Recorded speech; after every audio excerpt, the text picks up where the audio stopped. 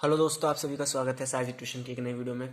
आज की वीडियो में हम बायोलॉजी के इम्पोर्टेंट टॉपिक्स जो मैक्सिमम टाइम पूछे जाते हैं आपके बोर्ड एग्जाम में, चाहे आप सीबीएसई बोर्ड से हो, आईसीएसई से हो, बिहार बोर्ड से हो या कहीं से भी हो, क्योंकि ये जो टॉपिक है इम्पोर्टेंट है एनसीईआरटी के बेसिस पे। ठीक है। और अगर आप इन टॉपिक्स को छोड़ते हो तो कहीं ना कहीं आप अपने 90+ मार्क्स लूज कर सकते हो। ठीक है।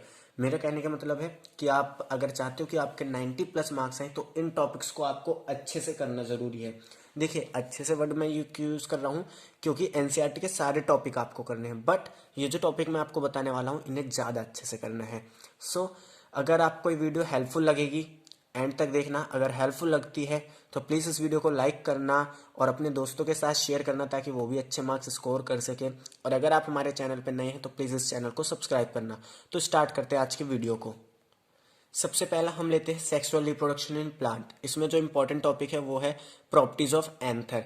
टेट्रागोनल होता है, ठीक है, बाइलोब्ड होता है, डाइथिकस होता है, ये प्रॉपर्टीज पता होनी चाहिए। माइक्रोस्पोरेंजियम और मेगास्पोरेंजियम की स्ट्रक्चर पता होनी चाहिए। उनकी जो लेयर्स होती हैं उनका फंक्शन पता होना चाहिए, क्या होता है, बहुत बार पूछता है। माइक्रोस्पोरोजेनेसिस पता होना चाहिए, मेगा स्पोरोजेनेसिस पता होना चाहिए, दोनों के बीच में डिफरेंस पता होना चाहिए। जैसे माइक्रोस्पोरोजेनेसिस में टेट्राड बनता है माइक्रोस्पोर का, मेगा स्पोरोजेनेसिस में कोई टेट्राड नहीं बनता। मेगा स्पोरोजेनेसिस में 4 में से 3 डीजनरेट कर जाती है, यहाँ पे कोई भी डीजनरेट नहीं करता। ठीक है। उसके बाद हमारा आती है 8 सेल 7 न्यूक्लिएट एम्ब्रियोसेक, जो आपका बनता है फंक्शनल मेगा स्पोर से। तो वो डेवलपमेंट पूरी आनी चाहिए। कई बार डायग्रामेट्री पूछता है, कई बार एक्सप्लेन करने को बोलता है, तो वो चीज़ आना चाहिए। पोलन ग्रेन की बात करें तो उसमें आपको एक्साइन जो लेयर होती है, इंटाइन जो लेयर होती है, उन दोनों में डिफरेंस पता होना चाहिए। और पोलन ग्रेन की 2 सेल स्टेज कैसे बनती है, मीन्स वेजिटेटिव सेल कैसे बनती है, जनरेटिव सेल कैसे बनती है, वो भी आपको आना चाहिए।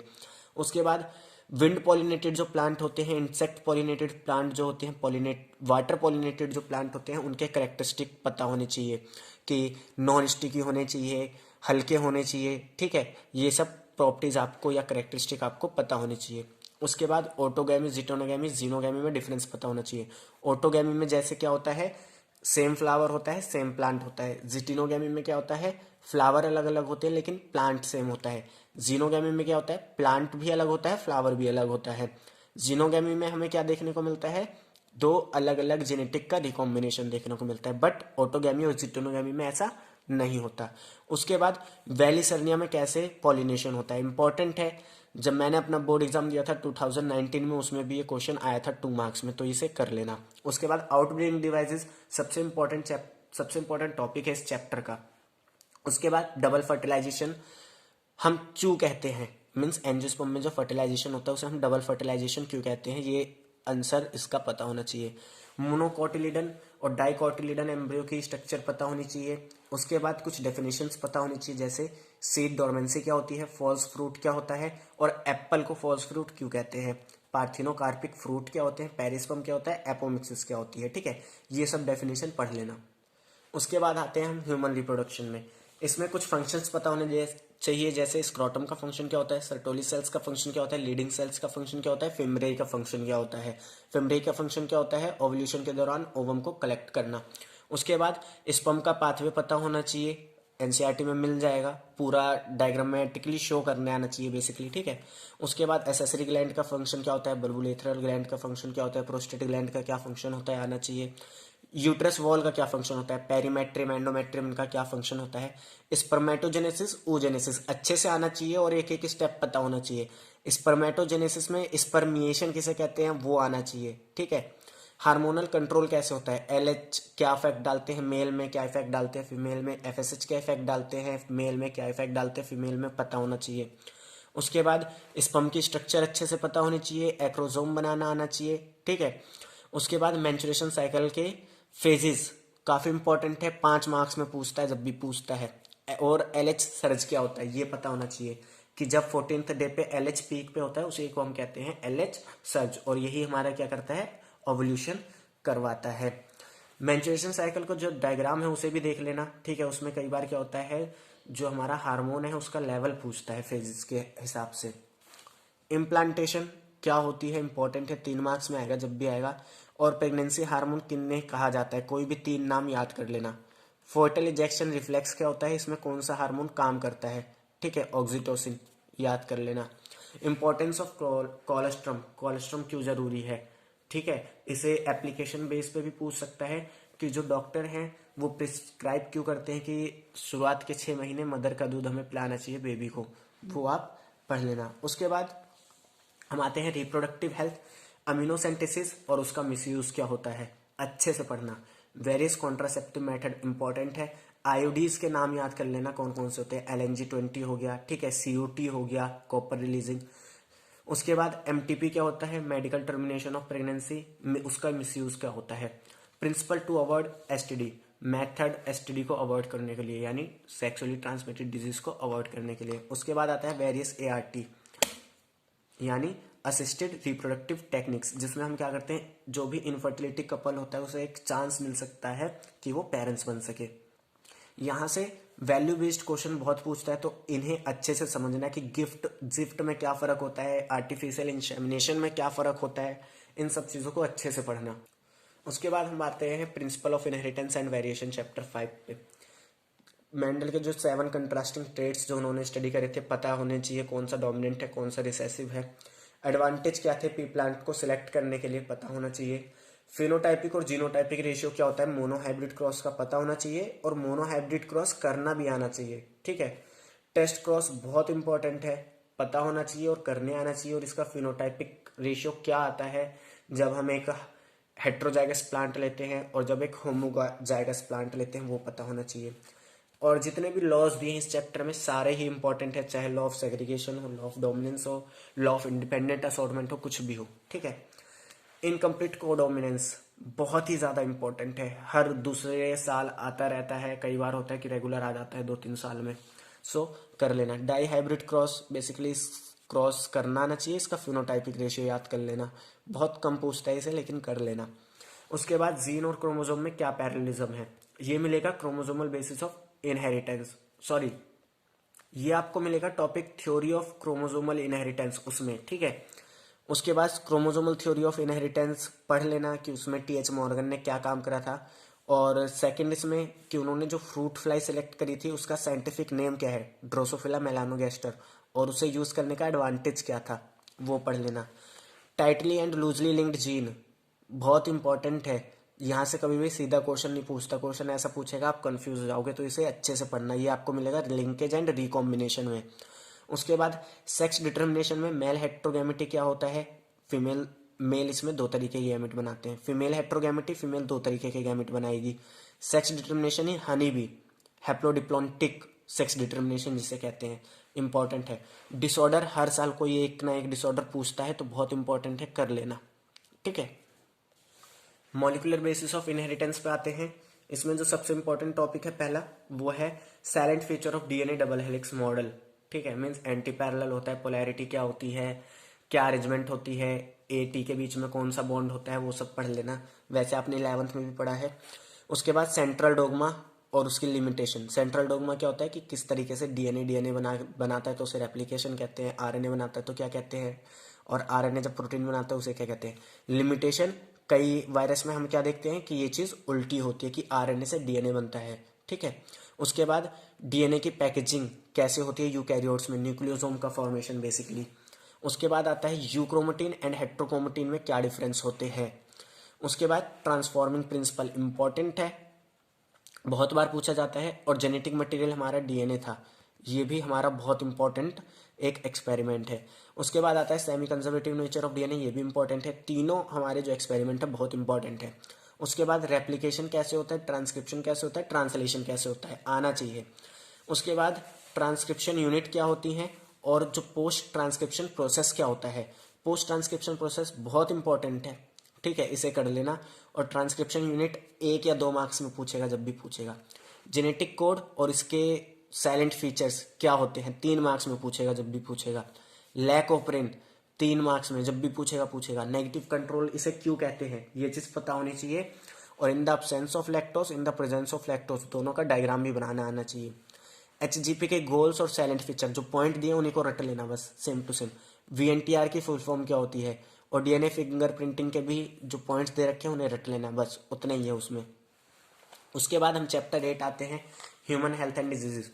जितनी भी कॉमन डिजीज दी गई हैं उनके पैथोजन कौन से हैं, उनका वेक्टर क्या है, सिम्टम्स क्या है, इंक्यूबेशन पीरियड क्या है, ये सब याद रखना। उसके बाद इसमें जो सबसे इंपॉर्टेंट आता है वो है मलेरिया का लाइफ साइकिल, 3 मार्क्स में आता है जब भी आता है। उसके बाद इनेट इम्यूनिटी, कैड इम्यूनिटी, डिफरेंस क्या होता है दोनों के बीच में। उसके बाद हमारा आता है वैक्सीनेशन और इम्यूनाइजेशन, दोनों में क्या फ़र्क है, बहुत इंपॉर्टेंट है। एलर्जी और ऑटो इम्यूनिटी, किस तरीके से इम्यूनिटी के डिसऑर्डर्स माने जाते हैं वो भी पता होना चाहिए। एड्स किस तरीके से कॉज होता है और उसके प्रिवेंशन क्या है, ठीक है। साथ ही साथ रेप्लिकेशन कैसे होता है रेट्रोवायरस का, डायग्राम दे रखा है एनसीईआरटी में, पढ़ लेना अच्छे से। उसके बाद कैंसर के टाइप आने चाहिए, 2 टाइप होते हैं, ठीक है। कॉज क्या होता है, कॉन्टैक्ट इनहिबिटेशन प्रॉपर्टी लूज हो जाती है सेल की, उसकी वजह से होता है। इसके डायग्नोसिस क्या है और इसका ट्रीटमेंट क्या है, ठीक है। उसके बाद हमारा आता है ड्रग एल्कोहल एब्यूज। इसमें जो ड्रग्स दे रखे हैं आप उनको अच्छे से पढ़ लेना कि कौन सा ड्रग किस प्लांट से आता है, किस कैटेगरी में आता है, क्या उसका फिजियोलॉजिकल इफेक्ट होता है, किस तरीके से इनटेक करा जाता है, स्नोटिंग के द्वारा, ओरल, ठीक है, ये सब आप देख लेना। उसके बाद विड्रोल सिंड्रोम, इसमें इंपॉर्टेंट है, 2 मार्क्स में पूछ लेता है। उसके बाद आता है माइक्रोब्स इन ह्यूमन वेलफेयर। तो इसमें सबसे पहले हाउस होल्ड प्रोडक्ट, इसमें देखिए जो बेसिक अगर मैं चीज़ बताऊं, इसमें सिर्फ एंजाइम के नाम, उनका क्या फंक्शन होता है, कहाँ से निकाले जाते हैं, इसमें बस ये याद करना, ठीक है। जैसे इसमें हमारा जो तीसरा है इम्पॉर्टेंट है बहुत ज़्यादा, ठीक है। सीवेज ट्रीटमेंट में किस तरीके से इस्तेमाल होता है ये भी पढ़ लेना। मिथेनोजेंस क्या होते हैं, ऐसे बैक्टीरिया जो मीथेन गैस का प्रोडक्शन करते हैं उन्हें हम क्या कहते हैं, मिथेनोजेंस। बायोफर्टिलाइजर्स क्या होते हैं, ऐसे माइक्रो ऑर्गेनिज्म जिन्हें हम यूज करके सॉइल की फर्टिलिटी को बढ़ाते हैं, उन्हें हम कहते हैं बायो फर्टिलाइजर। एग्जाम्पल याद कर लेना, ठीक है। एनाबिनो, नोस्टॉक और साइनोबैक्टीरिया क्या होते हैं वो सब पढ़ लेना, इंपॉर्टेंट है बहुत ज़्यादा। उसके बाद बायोटेक्नोलॉजी। बायोटेक्नोलॉजी में देखिए पूरा ये जो स्टार्टिंग का पोर्शन है ना, दोनों ही चैप्टर में इंपॉर्टेंट है। जैसे आरडीएनए, पहले आरडीएनए का फॉर्मेशन कैसे हुआ, किसी भी ऑर्गेनिज्म को जेनेटिकली मॉडिफाइड करने में कौन से बेसिक स्टेप चाहिए होते हैं, ठीक है, 2 मार्क्स में पूछेगा। रिस्ट्रिक्शन एंडोन्यूक्लियस की प्रॉपर्टी 3 मार्क्स में पूछता है जब भी पूछता है। और ई कोर 1 का रिकग्नाइजेशन साइट और इसका जो डायग्राम है आरडीएनए बनाने का वो भी 3 नंबर में पूछेगा सबसे ज़्यादा जब भी पूछेगा, तो ये इंपॉर्टेंट है, बहुत ज़्यादा अच्छे से करना।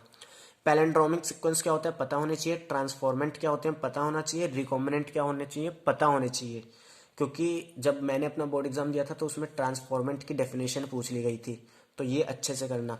जेल इलेक्ट्रोफोरेसिस, वर्किंग क्या है, मीडियम क्या यूज़ करते हैं वो सब पता होना चाहिए। क्लोनिंग वेक्टर्स के क्या फीचर्स होने चाहिए, सिलेक्टेबल मार्कर ज़्यादा होने चाहिए वहाँ पे, ठीक है, और ही हाई नंबर का होना चाहिए, ये सब फीचर्स हैं तो इन सबको पढ़ लेना। बीटा गैलेक्टोसिडेज का यूज़ करके कैसे हम रिकॉम्बिनेंट और नॉन रिकॉम्बिनेंट को अलग करते हैं एक दूसरे से, बहुत इंपॉर्टेंट है, जब भी पूछेगा 3 मार्क्स में पूछेगा। उसके बाद PCR, polymerase chain reaction, 3 marks में पूछेगा। यहाँ पे देखिए बच्चे एक गलती करते हैं, पता है क्या, वो एनेलिंग, डीनेचुरेशन ये सब लिखते हैं लेकिन उसका नीचे डायग्राम नहीं बनाते जो एनसीईआरटी में दिया है, तो आप ये गलती मत करना, आपके मार्क्स कट जाएंगे, नीचे डायग्राम बनाना। उसके बाद चैप्टर 12 पे आते हैं, जीएमओ क्या होते हैं, ठीक है, और उसके एडवांटेज क्या हैं, अच्छे तरीके से रट लेना। बीटी कॉटन, और इसमें बीटी कॉटन के कुछ जीन्स दे रखे होंगे, ठीक है, बीटी मेरे ख्याल से CRY A1AB ऐसे करके है, उन्हें याद कर लेना। आरएनए इंटरफेरेंस क्या होता है ये भी पढ़ लेना, कहाँ से किस प्लांट में किया जाता है ज़्यादातर वो भी देख लेना। और बीटी कॉटन तो अच्छे से करना, इसमें हर चीज़ इंपॉर्टेंट है कि इसको कैसे करा गया, और इसमें बीटी यानी जो बैसिलस थ्यूरिनजेनेसिस होता है वो खुद क्यों नहीं मरता टॉक्सिक सब्सटेंस की वजह से, सबसे ज़्यादा क्वेश्चन पूछा जाता है यहाँ से, तो उस क्वेश्चन को प्रिपेयर कर लेना। उसके बाद आता है इंसुलिन किस तरीके से बनाई जाती है, ठीक है, जीन थेरेपी क्या होती है। जीन थेरेपी में देखिए बेसिकली क्या है, वैल्यू बेस्ड क्वेश्चन पूछता है जब भी पूछता है, एडीए से रिलेटेड, ठीक है, तो वो अच्छे से प्रिपेयर करना। बायोपैरेसी की डेफिनेशन आनी चाहिए क्या होती है। ट्रांसजेनिक एनिमल, इन्हें हम क्यों बनाते हैं, इनके एडवांटेज पता होने चाहिए कि वैक्सीन जो हमने बनाई वो सेफ है या नहीं है, जैसे अभी आजकल कोरोना वायरस चल रहा है तो उसका हम ट्रायल करते हैं सबसे पहले, तो वो सब चीज़ें हैं। उसके बाद हम आते हैं चैप्टर 13 ऑर्गेनिज्म एंड पॉपुलेशन पे। होम्योस्टासिस 2 मार्क्स में डेफिनेशन पूछ लेगा। Thermoregulation is energetically expensive for small organism, comment. Important question है, ठीक है। 2-3 तरीके से यही क्वेश्चन पूछता है, लेकिन बच्चे कंफ्यूज हो जाते हैं लिखना क्या है। तो ये क्वेश्चन आप अच्छे से प्रिपेयर करना, ठीक है। ये आपको मिल जाएगा शायद रेगुलेटर्स या कन्फर्म टॉपिक के नीचे है ये, ठीक है। उसके बाद हमारा आता है एडेप्टेशन क्या होती है और उसके टाइप कौन कौन से, फिजियोलॉजिकल, बिहेवियरल, ठीक है। ये सब आप पढ़ लेना। एक्सपोनेंशियल ग्रोथ, लॉजिस्टिक ग्रोथ सबसे ज़्यादा इंपॉर्टेंट है। पूछता है कि इनमें से कौन सी जो ग्रोथ है वो एग्जिस्ट करती है रियलिटी में, तो वो है लॉजिस्टिक ग्रोथ, ठीक है। उसके बाद पॉपुलेशन इंटरेक्शन, एग्जाम्पल यहाँ के बहुत इंपॉर्टेंट है। कई बार पेपर में एग्जाम्पल दे देता है, पूछता है किस तरीके का इंटरेक्शन है 1 मार्क्स में जब पूछेगा, ठीक है। तो एग्जाम्पल अच्छे से याद करने का। तो या तो फिर बोलेगा कि किस तरीके से ये म्यूचुअलिज्म में हमारा किस तरीके से इंटरेक्शन होता है, एक एग्जाम्पल दीजिए, तो वो पूछ लेगा। या फिर एक यहाँ से जो इंपॉर्टेंट क्वेश्चन आता है वो मैं लिखना भूल गया, मैं बता देता हूँ कि जो म्यूचुअलिज्म है, म्यूचुअलिज्म जो है, स्पेलिंग गलत लिख रहा हूँ मैं, आप वर्ड पे ध्यान दो। म्यूचुअलिज्म जो है वो को एग्जिस्टेंस, ठीक है, और को एवोल्यूशन, सॉरी, को एवोल्यूशन, दोनों में किस तरीके से हेल्प करता है, या को एग्जिस्टेंस में क्या रोल करता है, को एवोल्यूशन में क्या रोल करता है। इंपॉर्टेंट क्वेश्चन है, मेरे टाइम पे भी आया था ये, ठीक है। तो अच्छे से कर लेना इसे। बायोडाइवर्सिटी लेवल, जेनेटिक स्पीसीज, ठीक है, वो सब पढ़ लेना। कॉज क्या है बायोडाइवर्सिटी लॉस के, और हम किस तरीके से बायोडाइवर्सिटी को कंजर्व कर सकते हैं, इन सेतु, एक्स सेतु, उसमें फिर आता है हॉट स्पॉट, ठीक है। ये सब चीज़ें आप अच्छे से पढ़ लेना। सो आज की वीडियो में इतना ही। आई होप कि आपको वीडियो हेल्पफुल लगी होगी। मैंने देखिए जो क्वेश्चन बताए हैं इंपॉर्टेंट है बहुत, उन्हें तो बहुत ही ज़्यादा अच्छे से कर लिएगा, ठीक है। मिलते हैं नेक्स्ट वीडियो में। अगर आपको वीडियो अच्छी लगी हो तो लाइक कर देना, अपने दोस्तों के साथ शेयर भी कर देना अगर आप उनका भी भला चाहते हो तो। और मिलते हैं नेक्स्ट वीडियो में, तब तक के लिए थैंक्स फॉर वॉचिंग।